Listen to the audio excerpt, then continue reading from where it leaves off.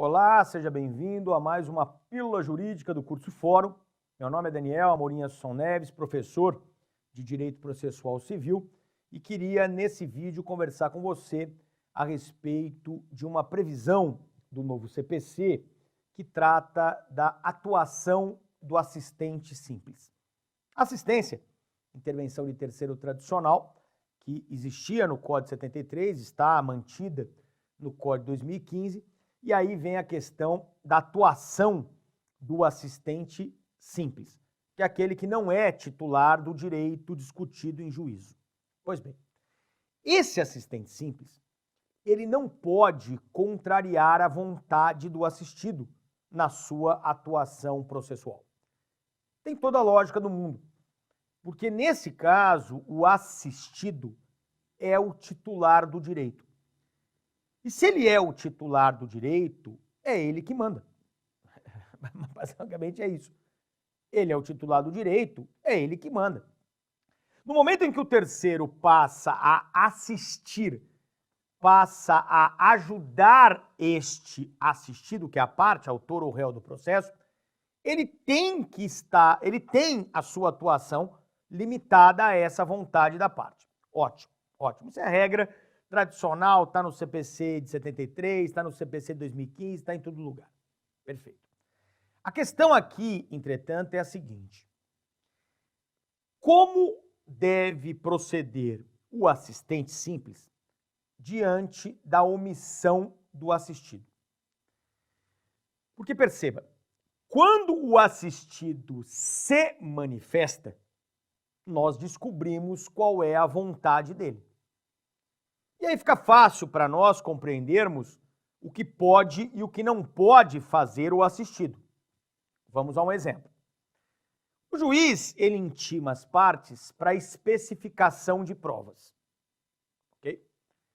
Aí abre-se o prazo, e esse é importante a gente lembrar, o prazo para o assistente e o assistido é um prazo comum. Então, o assistente ele não tem como esperar o que vai fazer o assistido para daí fazer o que ele quiser. Não. É o prazo comum. O assistente pratica o ato sem saber o que o assistido fará. Então, o que o assistente, nesse caso, ele faz? Ele pede a produção da prova. Eu quero a prova testemunhal por isso, eu quero a prova pericial por aquilo e tal. Vamos pensar no que fez, dentro desse prazo legal, o assistido. Primeira possibilidade, o assistido ele peticionou pedindo provas também. Beleza. Os dois estão pedindo prova, a vontade dos dois está no mesmo sentido, não teremos problema. Segue o jogo. Segunda possibilidade, o assistido, que é a parte no processo, disse que não tinha interesse na produção da prova e pediu o julgamento antecipado do mérito. Que no CPC de 73 chamava julgamento antecipado da lide, lembra? Julgamento antecipado da lide? Pois é, mudou o nome. Agora, no CPC de 2015, é julgamento antecipado do mérito. Pois bem. Então, o que aconteceu aqui? A vontade expressa do assistido é não ter prova produzida. Então, aquela petição do assistente especificando provas, ela se torna ineficaz. Ela não tem como gerar efeitos. Porque seria contrariar uma vontade expressa do assistido. Perfeito. Não tem nem o que discutir. Daniel, e se o assistido não falou nada? Eu posso aqui tirar dele uma vontade tácita de não produzir a prova? Quer dizer, ao não praticar o ato, eu posso deduzir que a vontade dele é de que não seja aquele ato praticado? Nem por ele, nem por ninguém? Nem por ele, nem pelo assistente? O artigo 121, parágrafo único do novo CPC, te diz que não. Não.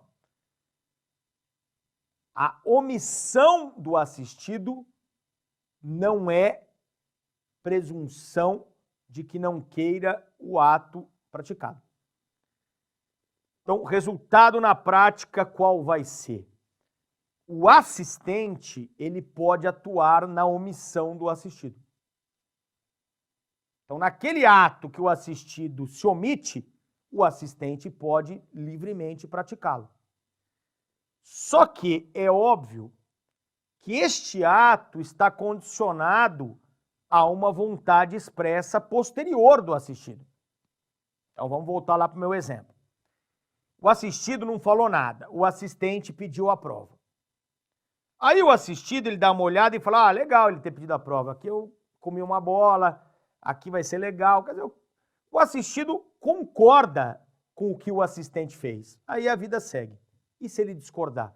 Olha, se ele discordar do que o assistente fez, para ele basta peticionar em juízo.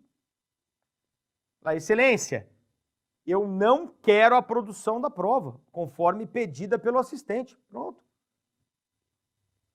Por que a vontade expressa do assistido tem que ser anterior ao ato do assistente? Não há nenhuma lógica nisso. Então a gente fica conversando em recurso, né? Sai uma sentença, o único que apela é o assistente. Pô, se o assistido achou legal a apelação, ela vai embora. Agora, e se o assistido não apelou porque ele quer o trânsito em julgado? Não é ele que manda? Pô, aí é só atravessar a petição, Dona Excelência. Eu não apelei porque eu não quero a apelação, eu quero o trânsito em julgado. Acabou. O recurso perde o objeto na hora do assistente.